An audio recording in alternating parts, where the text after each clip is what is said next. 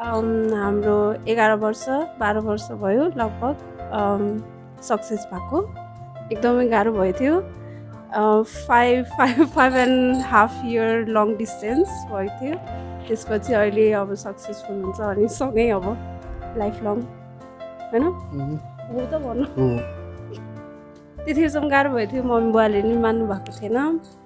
अहिले चाहिँ मान्नु भएको छ दुवैपट्टिबाट। I am so happy. म पनि एकदम अनरियल फिल भइरहेको छ क्या।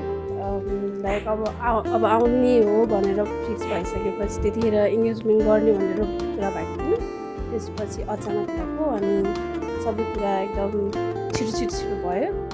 नहुने बेला भएको थिएन अनि एकैचोटि भएपछि एकचोटि सबै कुरा छिटो हुँदाखेरि एकदम अनरियल फिल भयो। अनि अब 1 हप्ता बाँकी छ, 1-2 बाँकी छ, 2 दिन बाँकी छ भन्दा इट्स फाइनली ह्यापन।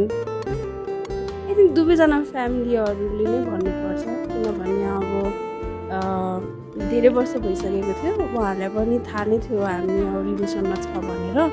अनि अब अफिसियल नै गरौँ किनभने अब हामी यताउति हिँडिरहेछ होइन। अनि अब समाजलाई पनि थाहा होस् राम्रोसँग हिँड्नुहोस् भनेर अनि दुवैजनाले नै यति गर्नुभएको।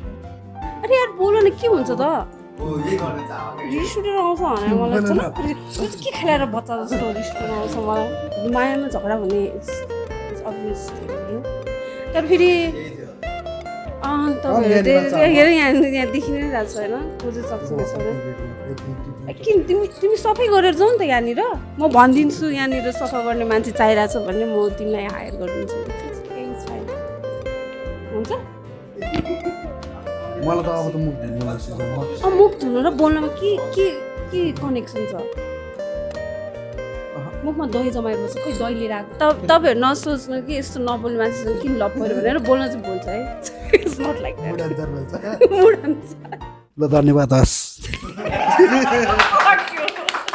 समाप्त भयो। सिद्धियो कट आज त मलाई कहिले ढलुम जस्तो टाउको अब त्यहाँ भाइ बोल्न